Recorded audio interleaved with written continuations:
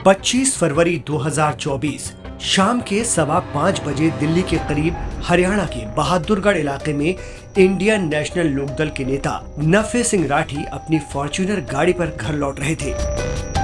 वो किसी जानकार के 13वीं में गए हुए थे, लेकिन अभी उनकी गाड़ी शहर के बराही लेवल क्रॉसिंग तक पहुंची ही थी कि ट्रेन आ जाने की वजह से गाड़ी रोकनी पड़ी।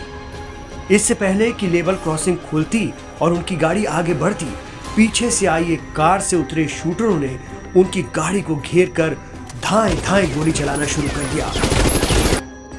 ये फायरिंग इतनी भयानक थी कि मौके पर करीब 40 से 50 राउंड गोलियां चली और मौके पर ही नफे सिंह राठी ने दम तोड़ दिया।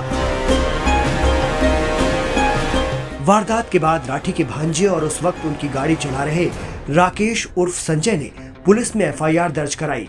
अपनी शिकायत में उसने बताया कि कातिलों ने उसे ये कहते हुए जाने दिया कि वो लौटकर राठी के परिवार को कत्ल की इस वारदात की जानकारी दे दे। हरियाणा की एक बड़ी सियासी हस्ती पूर्व विधायक नफे सिंह राठी की इस तरह सरेराह हत्या हो जाना इंतजामिया के लिए भी एक बड़ा चैलेंज है। आनन फानन में जांच सीबीआई के सुपुर्द की गई है।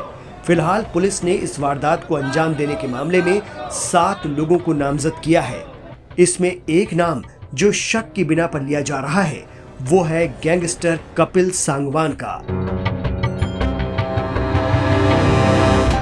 जी हाँ, कपिल सांगवान उर्फ नंदू ये वही बदमाश है जिस पर दिल्ली में बीजेपी किसान मोर्चा के पदाधिकारी रहे सुरेंद्र मटियाला की हत्या का भी इल्जाम है। कपिल सांगवान उर्फ नंदू एक छटा हुआ गैंगस्टर है जिस पर जबरन वसूली के कई आरोप हैं और उसके खिलाफ आर्म्स एक्ट के मामले दर्ज हैं।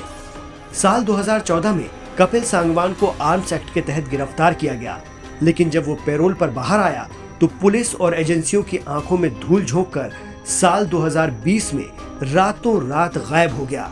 बताया जाता है कि वो फर्जी पासपोर्ट पर यूके निकल गया और अब वो इंग्लैंड में है और उसका भाई भी आर्म्स एक्ट के मामले में आरोपी है। सांगवान दिल्ली में द्वारका जिले के नजफगढ़ के नंदा एनक्लेव में रहता था। उसकी प्रारंभिक शिक्षा द्वारकापुरी में हुई और उसने एमिटी यूनिवर्सिटी से होटल मैनेजमेंट की डिग्री भी बाकायदा ली है। कपिल सांगवान उर्फ नंदू करोड़ों की उगाही में मुब्तला रहता है। आखिर ये रकम वो क्यों इकट्ठी कर रहा है और उसका मकसद क्या है, ये सवाल भी अक्सर उठता रहा है। लॉरेंस सिंडिकेट से जुड़े होने से उसके लिए किसी की हत्या करना मुश्किल नहीं है। कपिल पर दिल्ली एनसीआर और हरियाणा के नेताओं और व्यापारियों से अपनी गैंग के जरिए पैसों की उगाही के इल्जाम लगते रहे हैं। कपिल सांगवान पहले भी कई राजनीतिक हत्याएं करवा चुका है। बीजेपी किसान मोर्चा के पदाधिकारी रहे सुरेंद्र मटियाला की हत्या करवाने का भी कपिल सांगवान पर इल्जाम है। उन दिनों सांगवान सुरेंद्र मटियाला की गैंगस्टर मंजीत महल से कथित नजदीकियों के चलते नाराज था। उसने मटियाला को मंजीत से दूर रहने या फिर उसका अंजाम भुगतने की धमकी दी थी। सांगवान और महल का गिरोह एक दूसरे का कट्टर दुश्मन माना जाता है और दोनों गिरोह के गैंगवार में अब तक दर्जन भर से ज्यादा लोग मारे जा चुके हैं।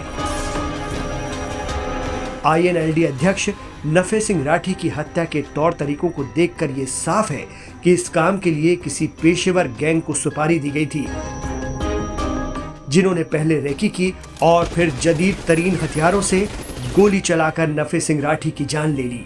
7 आरोपियों में से एक नाम कपिल सांगवान का आना ये बता रहा है कि मामला बेहद हाई प्रोफाइल है और जिस पेशेवर तरीके से इस हत्याकांड को अंजाम दिया गया है, जाहिर है पुलिस और जांच एजेंसियां एक खास एंगल को भी टटोलने की कोशिश में होंगी।